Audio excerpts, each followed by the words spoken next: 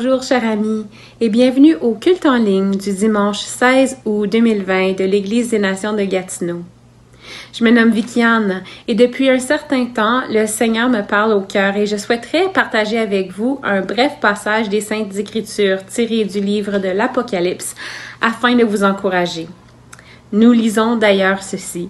« Voici que je fais toutes choses nouvelles. » Ce passage des Saintes Écritures est particulièrement intéressant et surtout encourageant car il s'agit d'une promesse du Seigneur lui-même de faire toutes choses nouvelles ou en d'autres mots, de nous restaurer et de rafraîchir, surtout lorsque nous sommes confrontés à des situations difficiles. Ce bref passage peut être davantage expliqué à l'aide de la Bible commentée du Dr. David Jeremiah que je souhaiterais partager également avec vous. Voici ce qu'il dit. Le livre de l'Apocalypse promet une bénédiction toute spéciale pour ceux et celles qui prennent le temps de regarder vers l'avenir avec l'apôtre Jean. S'ils le font, ils verront que Dieu gagne. Le Christ triomphe. La justice et la droiture règnent. Satan perd. Le chagrin, la maladie et la mort disparaissent. Un nouveau ciel et une nouvelle terre émergent des cendres. Et Dieu lui-même essuie les larmes de tous les yeux.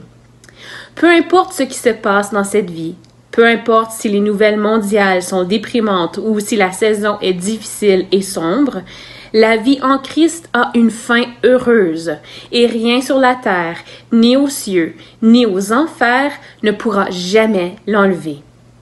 Lorsque le chagrin du monde actuel pèse lourdement sur nous, il nous suffit de lever les yeux et de regarder devant nous à la fin radieuse d'une histoire et au joyeux début d'une nouvelle histoire qui n'a aucune fin. Une histoire éternelle avec un thème central. Digne est l'agneau immolé. Oui, digne est l'agneau immolé.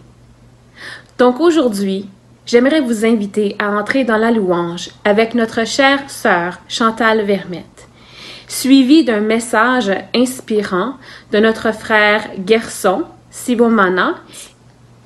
Bonne louange, bonne célébration.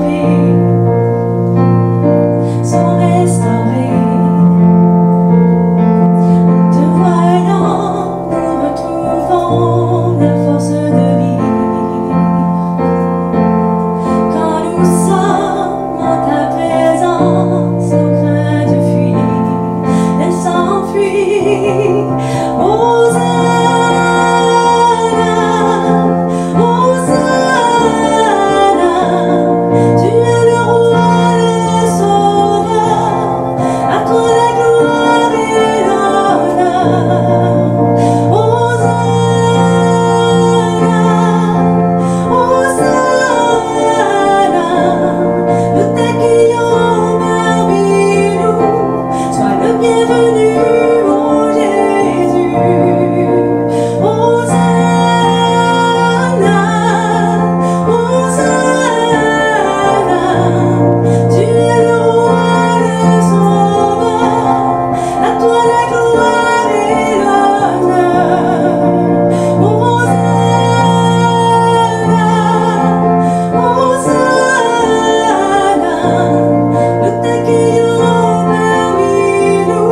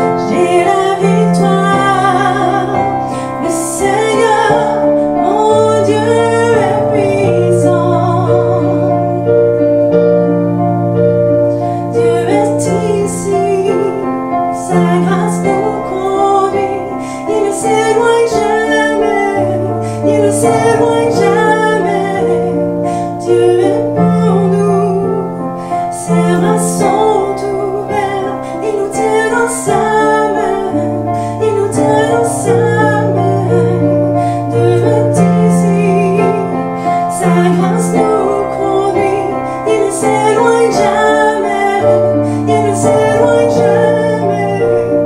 Dieu est pour nous, ses bras sont ouverts, il nous tient dans sa main, il nous tient dans sa main. Élevé, il a vaincu la mort. Oui, élevé, mon Dieu est puissant. En son nom, j'ai la victoire. Le Seigneur, mon Dieu est puissant. Élevé, il a vaincu la mort. Oui, élevé, mon Dieu est puissant. En son nom, j'ai la victoire. Le Seigneur, mon Dieu est puissant. Élevé, il a vaincu la mort. Oui, élevé, mon Dieu est puissant. En son nom, j'ai la victoire. Le Seigneur, mon Dieu est puissant. Le Seigneur, mon Dieu est puissant.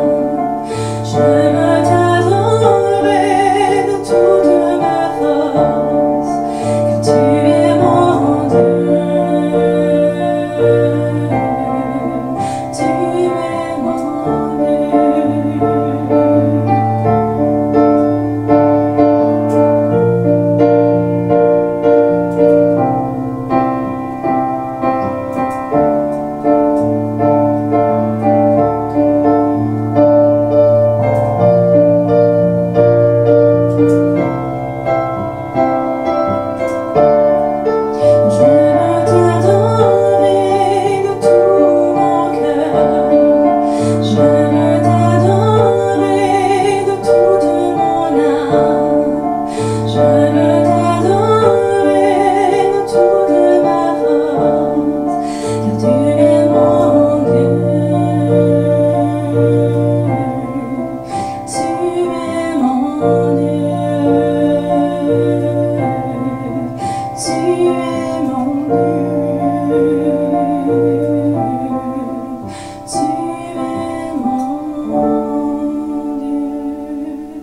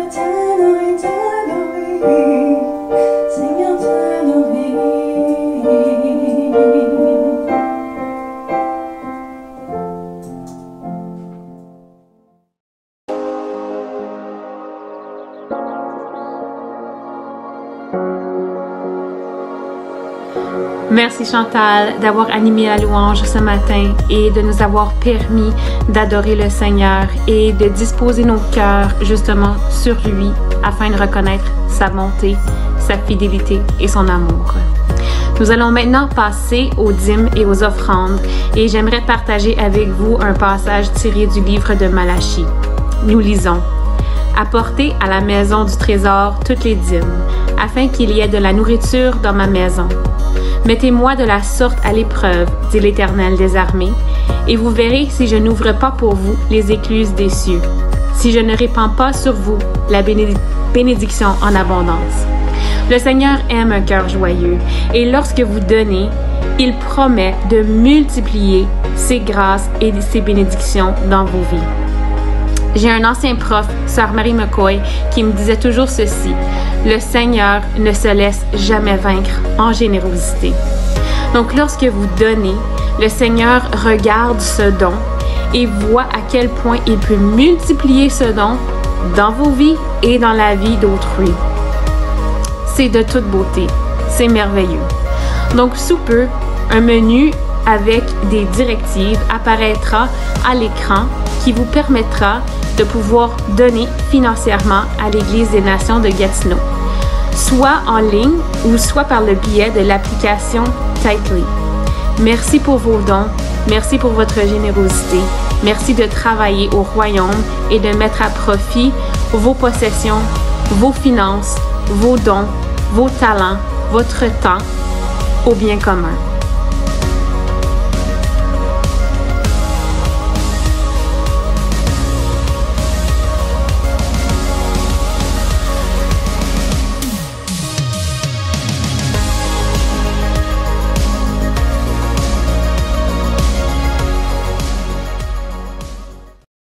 Je remercie le Seigneur pour ce bon moment pour partager la parole.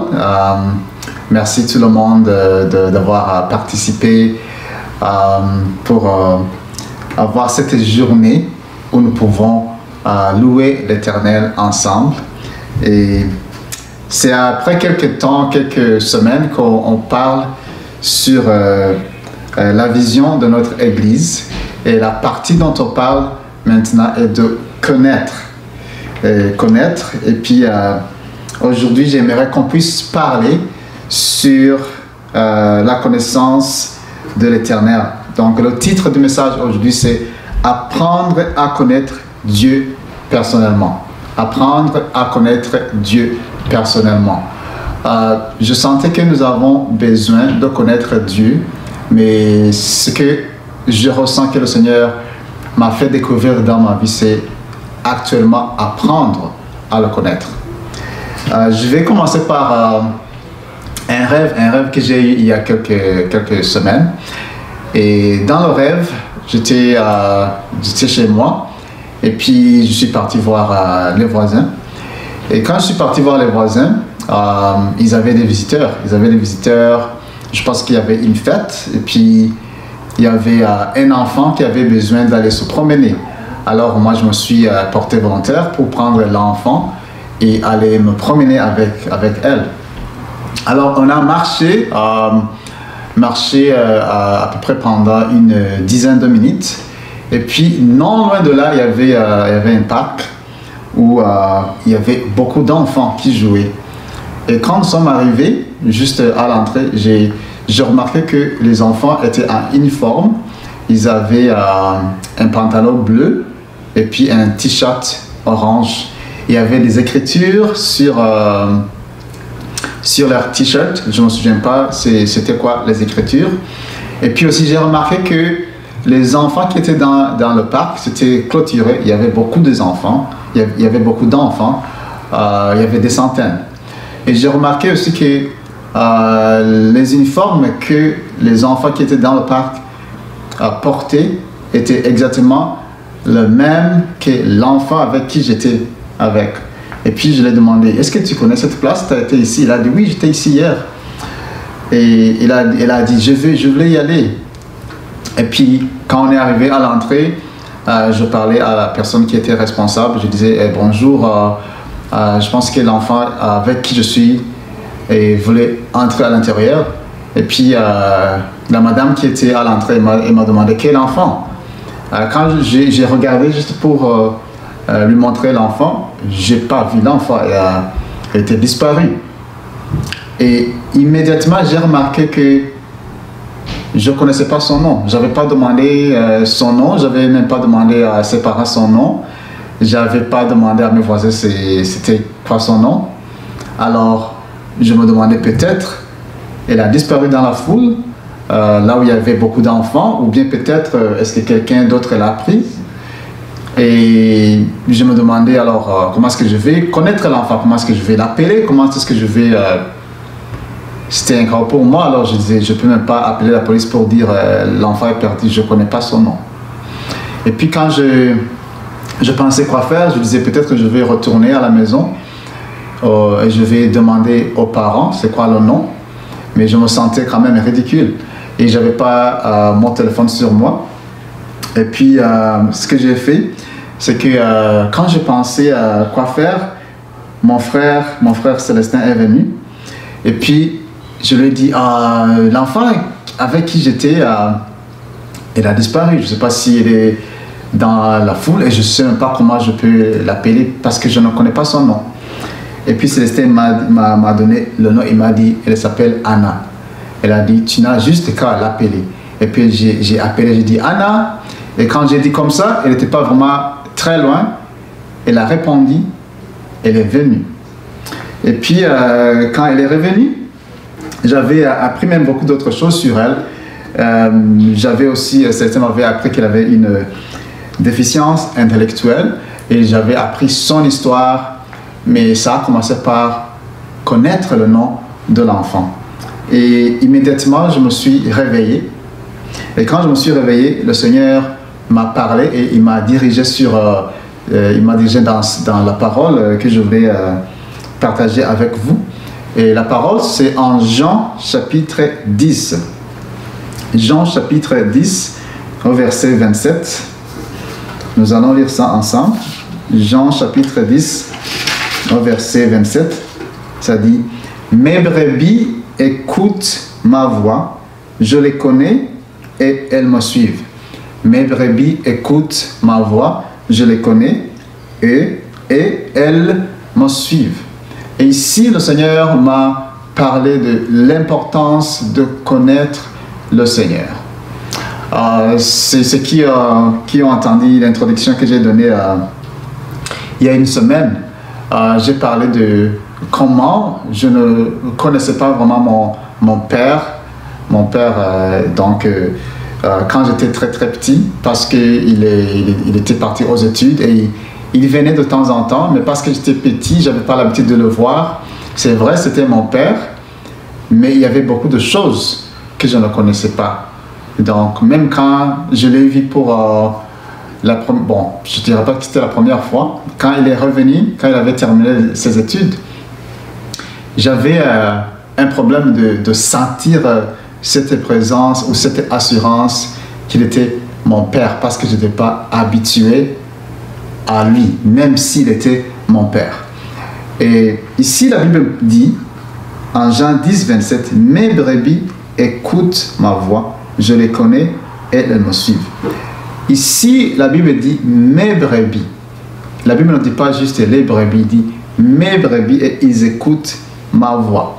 Alors, avec le rêve dont je parlais, ça a eu vraiment une connexion spirituelle que le Seigneur voulait me montrer sur connaître le Seigneur et que le Seigneur nous connaît et il nous appelle par nos noms. Le Seigneur te connaît et il t'appelle par le nom. Et il veut aussi que tu puisses le connaître plus que on te l'a juste introduit, plus que ce que tu connais aujourd'hui. Alors, comment est-ce que nous pouvons apprendre à connaître le Seigneur personnellement? Comment est-ce que moi je peux apprendre à connaître le Seigneur personnellement? Le premier point, c'est en répondant à son appel. Le premier point, c'est en répondant à son appel. Le Seigneur nous a tous appelés. Il n'y a personne qui s'est dit, moi je vais chercher le Seigneur et je vais le voir. C'est vrai, la Bible nous dit que chaque personne qui va appeler le nom du Seigneur sera sauvée. Mais ça, c'est une réponse de ce que le Seigneur a déjà fait. C'est-à-dire qu'il nous a appelés. Alors nous allons répondre à son appel. Alors, nous savons que Abraham a été appelé par Dieu. Nous savons aussi que Moïse a été appelé par Dieu et il a répondu. Et il y a un autre exemple typique de Samuel. Samuel aussi, le Seigneur l'a appelé et il ne savait pas la voix, si c'était du Seigneur ou c'était la voix de son serviteur. Alors il est parti chez le serviteur du Seigneur et puis il lui a dit non, moi je ne t'appelle pas. Il a dit retourne. Et l'histoire, vous savez que après Samuel a dit présent au Seigneur, il a dit ton serviteur est présent et puis parle-lui. Et le Seigneur a pu révéler beaucoup de choses à Samuel, ce qu'il n'a même pas révélé à d'autres gens. Et c'est vraiment impressionnant parce que quand Dieu a appelé Samuel, c'était le temps où la voix de l'Éternel était très rare. Mais cela n'a pas empêché que Dieu quand même parle à même une personne qui n'était même pas habituée à entendre la voix du Seigneur. Donc il y a deux choses. La première chose, c'est que la voix du Seigneur était très rare dans ce jour-là. Et puis deuxième chose, c'est que même la personne à qui Dieu s'est adressé, il n'avait jamais entendu le Seigneur parler. Et peut-être tu penses aujourd'hui, c'est vraiment très rare que le Seigneur me parle. J'ai jamais entendu le Seigneur me parler. Et peut-être tu te dis, dans mon environnement, je suis entouré par des personnes peut-être qui n'entendent pas du Seigneur souvent. Mais je veux te dire qu'aujourd'hui, le Seigneur veut te parler. Et cela ne va pas dépendre de là où tu es, de l'église que tu fréquentes. Est-ce que tu es capable de te disponibiliser aujourd'hui pour que tu puisses entendre du Seigneur comme Samuel? Samuel a été dit de se disponibiliser pour que le Seigneur puisse lui parler. Alors, le premier point que je parlais ici, c'est de répondre à l'appel de notre Seigneur. Le deuxième point que je voulais parler ici, c'est converser avec le Seigneur. Comme je vous avais dit que quand j'ai grandi, quand j'étais encore petit, que mon père qui était aux études, mais qui n'était pas souvent à la maison, il partait pour quelques trimestres et il revenait.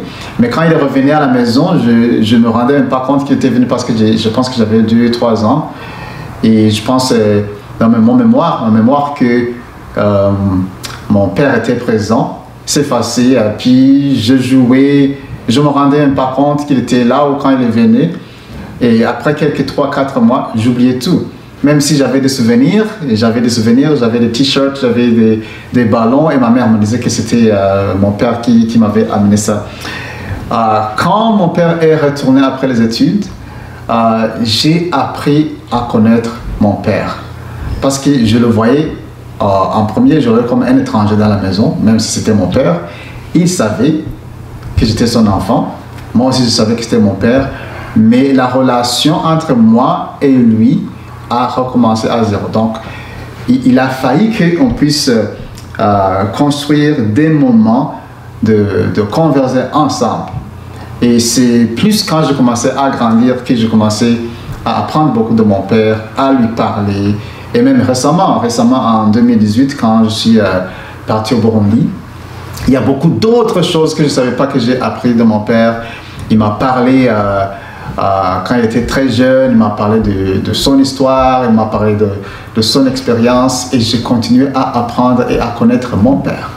Donc le fait que mon père s'appelait mon père ou je l'appelais mon père ne suffit pas. Il fallait que je prenne des moments pour que je puisse lui parler, qu'on puisse s'asseoir n'importe où. Quand il était assis, quand il regardait la télé, quand il conduisait. J'apprendrai beaucoup de choses de son histoire, quand il était à l'école primaire, quand il était à l'école secondaire, comment il a rencontré ma mère. Il y avait beaucoup de choses que mon père m'a dit et m'a parlé que je ne savais pas. Et je voyais que chaque fois, je continuais à apprendre beaucoup. Donc, le fait que mon père était juste mon père et juste mon père ne suffit pas. Il faut qu'on puisse avoir le temps de converser ensemble. Et le même s'applique dans le spirituel. Juste savoir que notre Dieu, comme notre Père qui est aux cieux, est-ce qu'il est juste notre Père parce qu'on l'appelle notre Père, parce qu'il nous donne, ou bien nous passons des moments ensemble? Est-ce qu'il y a le temps que tu passes pour avoir ces conversations avec le Seigneur? Il y a quelques temps, quelques jours, je dirais, où Yves m'avait demandé, je ne savais pas que tu fais du rap. Et puis je disais, oui, je fais du rap, mais j'en fais pas beaucoup souvent. Et puis il me disait, non, je ne savais pas. J'ai dit, comment est-ce que tu as su ça? Il m'a dit, c'est Célestin, on était en train de parler. Et puis il m'a dit ça. Et il y a une chose que Yves a apprise parce qu'il a eu une conversation avec mon frère.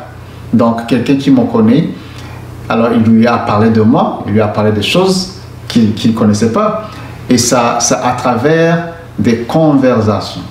On peut marcher ensemble avec quelqu'un, avec des amis, sans pouvoir s'asseoir pour avoir la conversation, de les connaître beaucoup plus. Je dirais même que ce n'est pas juste avec nous et le Seigneur, mais aussi entre nous. C'est vraiment important que nous puissions nous asseoir et nous parler et apprendre. Il y a beaucoup de choses que nous pouvons apprendre. Et la Bible nous dit en Jérémie 33, verset 3.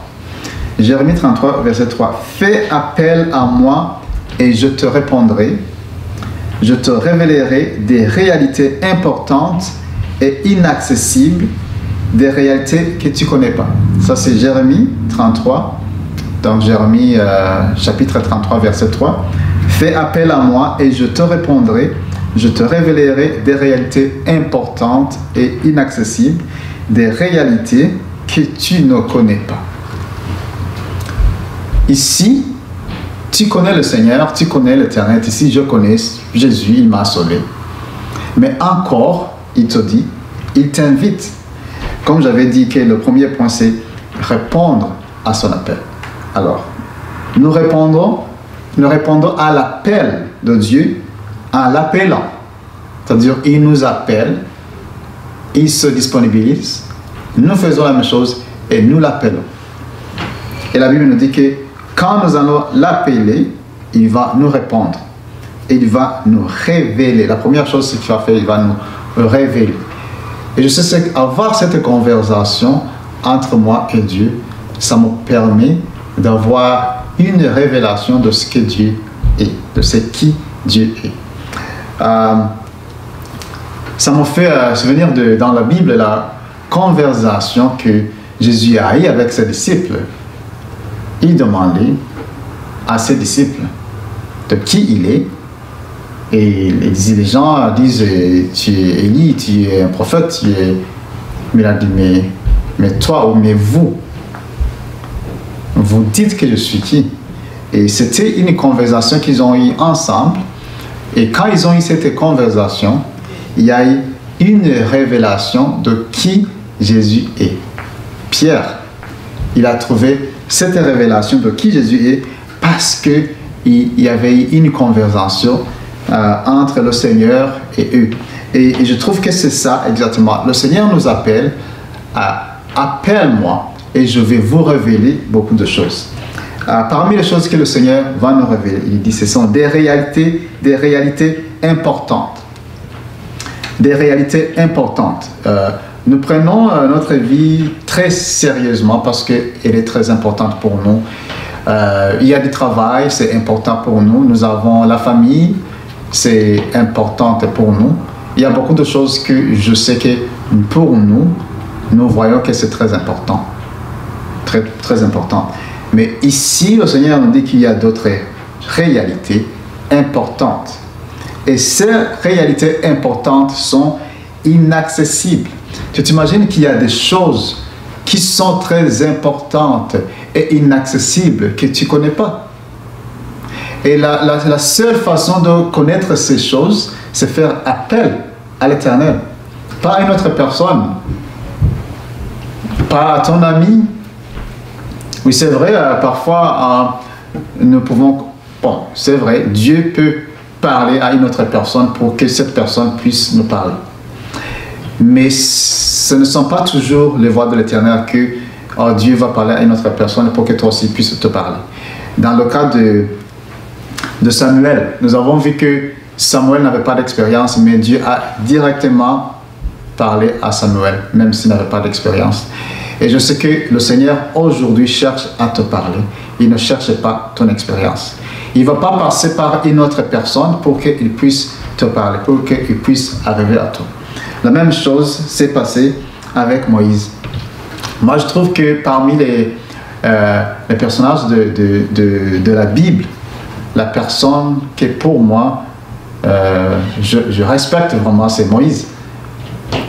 Moïse, c'est quelqu'un qui parlait à Dieu face à face, qui a vu le dos de Dieu. C'est quelqu'un qui est resté avec Dieu pendant 40 jours. C'est quelqu'un à qui Dieu a dit qu'il sera le Dieu devant Pharaon. Et c'est Dieu qui lui a dit ça. Mais quand on regarde a commencé avec lui, c'est pas qu'il était vraiment très fier pour dire, moi, oui, je sais, tu m'appelles, je sais que tu allais m'appeler, oui, je suis capable. Non, c'était pas comme ça. Pour lui, c'était aussi difficile. Il ne voulait même pas que Dieu l'envoie. Donc, c'était une personne ordinaire comme toi et moi. Il n'avait pas d'expérience, mais Dieu s'est adressé à lui. Il a même dit, envoie une autre personne, peut-être une autre personne qui connaît parler. Mais Dieu a dit, non, je vais juste toi. Dieu ne va pas changer. Dieu ne va pas parler à une autre personne alors que tu es disponible. Peut-être que tu es habitué que Dieu parle aux prophètes, mais Dieu ne parle pas juste aux prophètes pour que les prophètes soient là pour parler à tout le monde. Nous savons que dans la Bible, ces ministères que nous avons, ces 5 ministères, incluent la prophétie. Le but, c'est que l'Église puisse arriver à une maturité. Et nous sommes les membres de l'Église. Et chaque membre, comme moi, comme toi, doit aussi arriver à cette maturité. Alors la prophétie est là pour que l'Église soit une Église prophétique. Et toi, tu es inclus. Alors, Dieu ne va pas aller quelque part aujourd'hui. Dieu veut te parler. L'autre point que je veux qu'on puisse parler, c'est le point 3. Le premier, c'était en répondant à son appel. Le deuxième, c'était converser avec le Seigneur. Le troisième, c'est être toujours à l'écoute et ne pas rater les moments. Être toujours à l'écoute et ne pas rater les moments. En Luc chapitre 19, verset 44. Luc chapitre 19, verset 44. La Bible dit, « Ils te détruiront, toi et tes enfants, au milieu de toi, et ils ne laisseront pas en toi pierre sur pierre, parce que tu n'as pas reconnu le moment où tu as été visité. » Je vais répéter. « Ils te détruiront, toi et tes enfants, au milieu de toi, et ils ne laisseront pas en toi pierre sur pierre, parce que tu n'as pas reconnu le moment où tu as été visité. » Donc, ne pas reconnaître le moment que le Seigneur veut t'accorder peut amener des destructions, ça peut abîmer des choses dans ta vie. Donc il y a des choses, il y a des moments très importants que nous pouvons rater.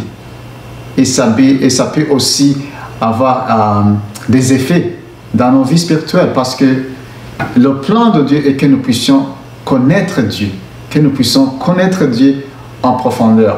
Et puis il y a aussi des moments, il y a des saisons dans nos vies qui viennent pour nous, pour que nous puissions connaître le Seigneur, pour que nous puissions embrasser le Seigneur. Et si ces moments, on les rate, alors il y a aussi des effets dans nos vies. C'est-à-dire que nous ne pouvons pas grandir comme il faut. Nous ne pouvons pas aller à la deuxième phase parce que nous avons manqué la première. Alors le Seigneur veut que nous puissions rester à l'écoute. Nous savons que même quand la parole dans le livre de l'Apocalypse est adressée aux églises, la Bible dit que chaque personne qui a l'oreille pour entendre ce que l'Esprit dit aux églises. Ce que le Seigneur veut que nous puissions entendre, que nous puissions rester à l'écoute. Et rester à l'écoute, on peut le faire chaque fois en priant, en parlant au Seigneur dans le secret, en méditant sur sa parole. Ici, l'une des choses qui peut nous aider aussi à ne pas manquer ce moment, c'est de rester dans sa parole, rester dans la parole de l'Éternel, lire la Bible chaque jour. Prenons le temps pour prier. Et la Bible nous dit en Psaume chapitre 1, verset 1, « Heureux l'homme qui ne suit pas le conseil des méchants, qui ne s'arrête pas sur la voie des pécheurs et ne s'assied pas en compagnie de moqueurs. » Ça, l'homme est heureux, l'homme qui ne fait pas tout ça. Mais ce n'est pas juste de ne pas faire. Mais cet homme qui est heureux, il fait autre chose. Il trouve son plaisir dans la loi de l'Éternel. Quand tu trouves le plaisir dans la loi de l'Éternel, qu'est-ce qui se passe? Tu vas méditer sur cette loi chaque jour. Et à la fin, la Bible dit que tout ce qu'il fait lui réussit. Tout ce qu'il fait lui réussit. Pourquoi? Parce qu'il a trouvé son plaisir dans la loi de l'Éternel. Et le Seigneur aujourd'hui nous invite à le connaître. Il nous invite à découvrir son plan qu'il a pour nous. Mais nous ne pouvons pas connaître le Seigneur si nous ne répondons pas à son appel, parce qu'il nous appelle chaque fois. Il nous appelle pour que nous puissions le connaître. Et puis, il veut qu'on puisse avoir ces moments, il veut qu'on puisse lui parler, il veut qu'on puisse avoir cette conversation. Il veut que nous soyons toujours à l'écoute de sa parole. Il veut que nous trouvons le plaisir dans sa parole. C'est comme ça que nous pouvons découvrir cet amour de Dieu, de connaître ses plans. Il y a beaucoup de points et que je ne vais pas tout dire ici. Les points que je viens de partager, ces 3 ou 4 points, ne sont pas les seuls. Mais je prie qu'aujourd'hui, quand tu entends cette parole, que le Seigneur puisse ouvrir les horizons dans ta vie pour que tu puisses aussi voir d'autres points dans la vie, comment le Seigneur va te diriger à le connaître. Je prie que cette parole puisse nous fortifier, puisse nous amener à connaître de plus en plus le Seigneur. Que Dieu bénisse tout le monde. Nous tenons à remercier tous ceux qui nous ont écoutés ce matin. Vous savez, Dieu nous aime et il nous a créés pour vivre en relation avec lui. Mais à cause de la désobéissance de l'homme, nous avons perdu cet accès auprès de Dieu. La Bible dit car tous ont péché et sont privés de la présence de Dieu. Mais Dieu qui est riche en amour a envoyé son Fils, Jésus-Christ, mourir sur la croix afin que quiconque croit en lui ne périsse pas, mais qu'il reçoive la vie éternelle. Désormais, au moyen de la foi, nous pouvons avoir de nouveau une relation avec Dieu. La Bible dit que c'est par la grâce que vous êtes sauvés, par le moyen de la foi. Et cela ne vient pas de vous, c'est le don de Dieu. C'est par la confiance que je mets en la personne de Jésus que je peux être sauvé. Si ce matin, c'est le désir de votre cœur de placer votre confiance en Jésus-Christ, vous pouvez prier avec moi. Je vous invite à faire cette prière du fond de votre cœur. Seigneur Jésus, Seigneur et Sauveur Jésus, ce jour, je choisis de placer ma confiance en toi. Je te demande pardon pour tout ce que j'ai fait qui ne t'a pas plu. Merci du pardon que tu m'accordes. Désormais, je choisis de placer ma confiance en toi. Je choisis de vivre en suivant tes enseignements. Amen. Si vous avez fait cette prière, faites-nous le savoir en nous envoyant un courriel et nous prierons pour vous. Que le Seigneur vous bénisse. Sachez que vous êtes aimés. Merci.